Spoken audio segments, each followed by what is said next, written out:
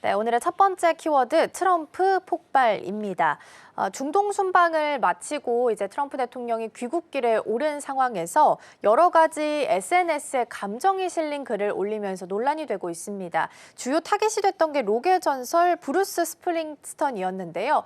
트럼프 대통령 그리고 미국 정부에 대해서 좀 안 좋게 비판적인 목소리를 내게 되면서 트럼프 대통령은 SNS에 글을 이 쪼그라든 가수는 입 다물고 미국에 돌아와라라는 좀 격한 글을 좀 쓰기도 했습니다. 이 설전이 시사하는 바는 어떤 것들이 좀 있을까요? 사실 이제 브룩스 스프링틴이 이제 영국 맨체스터 공연에서 이제 그렇게 얘기를 했는데 사실 브룩스 스프링틴은 어쨌든 그 사실 오바마 대선 캠프라고 민주당 쪽의 어떤 열사 같은 그런 인물입니다.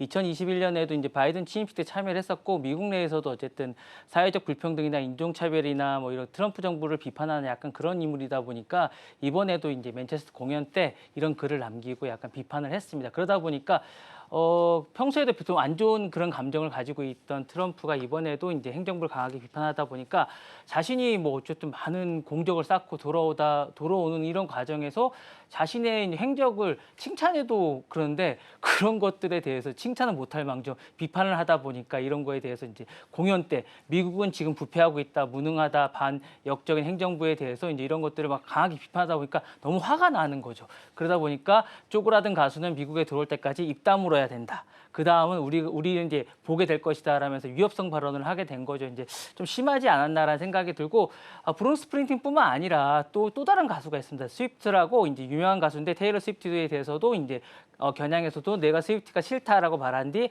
아무도 그녀를 핫하다고 하지 않는다라는 글을 올리면서 똑같이 이제 얘기를 하는데 테일러 스위프트도 사실은 되게 유명한 가수입니다. 이 가수도 이제 Z세대를 대변할 뿐만 아니라 이제 인스타에 한번 글을 올리면 유권자가 35만 명이나 이제 가입을 하고 지지를 합니다. 그리고 이제 2020년 이제 때도 이제 그 트럼프 1기 때도 이제 대통령을 가리켜서 독재자라고 얘기를 하고 음악계 오바마라고 얘기할 정도로 이제 대선을 이제 좌지우지하고 뭐 이런 거고요. 2024년에도 이제 그 소셜에도 이제 트럼프가 이렇게 얘기를 했습니다. 테일러가 이제 바이든을 지지한다면 그녀가 속고 있는 것이다라고 얘기하면서 테일러를 약간 두려워하기도 했었고요. 나는 그녀를 위해서 음악계를 이제 지지하는 약간 그런 서명을 했는데 그녀는 왜 나를 지지하지 않느냐라고 약간 그렇게 얘기하고 있었을 정도로 이제 테일러를 되게 좋아했는데 약간 이제 테일러 스위프트가 자신을 약간 지지했으면 좋겠다라는 생각을 좀 하고 있는데 그녀가 자신의 마음을 몰라준다라고 약간 이렇게 이야기를 할 정도로 테일러 스위프트를 약간 좋아하면서도 왜 그녀가 왜 자신을 좋아하지 않을까 약간 이런 이야기를 좀 할 정도로 약간 이렇게 얘기를 하고 있는데 어찌되었든 간 이번 순방에 자신은 수천억 달러의 규모를 주장하면서 외교 성과를 강조한 직후에 이런 얘기를 계속하고 있기 때문에 어쨌든 문화계 인사하고 계속 부딪히고 있습니다. 그래서 국제 무대에서 유연한 외교의 어쨌든 이미지를 강조하는 것과 달리 국내에서는 다시 한 번 더 강경하고 분열적인 어쨌든 리더십을 드러내고 있는데 사실 왜 이럴까라는 생각이 좀 듭니다. 이제 약간 이제 강경한 이미지를 보여주다가 밖에서는 부드러운 이미지를 계속 보여주는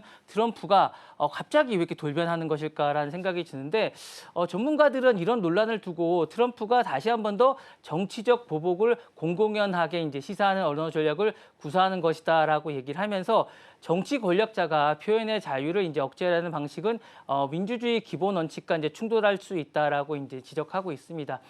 특히 이제 브루스 스프링틴의 어떤 오랜 사회적 정의를 이제 시민권에 노래를 한 인물이라는 점에서 이번 발언은 역시 단순한 연예인 비판이라는 그런 라는 보기에는 어쨌든 이제 지지층 결집을 한번 시도하려는 게 아닌가. 그리고 이제 다시 돌아오면서 약간 그런 것들을 시도하면서 이제 트럼프 대통령이 이러한 어떤 소셜 미디어 활용 방식이라는 것이 어쨌든 내년도에 또 중간 선거라든가 이제 돌아오면서 지지층 결집을 하면서 반대 진영과의 어쨌든 거부감을 표시하는 것들이 아닌가라는 생각이 들면서 떨어진 자신의 어쨌든 약간 어떤 그 지지도를 올리기 위한 그런 것이 아닌가라는 생각이 한번 듭니다. 네. 네, SNS를 통해서 좀 격화된 발언을 좀 남기기도 했는데 오히려 이를 통해서 자신의 떨어진 지지도를 높이려는 전략일 수도 있다라는 말씀도 함께 주셨습니다. 그러면 브루스 스프링스틴의 비판을 좀 봤을 때 트럼프 대통령 입장에서도 좀 영향은 피해갈 수가 없을 것 같은데 어떤 영향들이 좀 있을까요? 일단은 자신이 그러니까 즉흥적으로 감정 표현을 했다는 건 이게 약간 자신에게 데미지가 일단 있다라고 좀 생각을 한 것 같아요. 그래서 감정적인 이미지 강화를 말해서 강한 대통령을 한번 보여줘야겠다라는 생각이 좀 있는 것 같아요. 그래서 요 발언을 접한 뒤에 감정적인 발언을 한번 보여줬어요. 그러니까 요 부분에 대해서 자신은 죽지 않았다라는 걸 한번 보여준 것 같고요. 그다음에 이제 문화 전쟁의 프레임을 강화해서 이제 진보 대 어쨌든 보수에 관한 어떤 프레임을 일단 해서 이제 지지층 강화를 위한 이런 대립을 강화를 일단 한 것 같습니다. 그래서 이 부분에서 보수 지지층의 결속을 강화하는 전략인 것 같습니다. 그래서 이걸 한 것 같고요.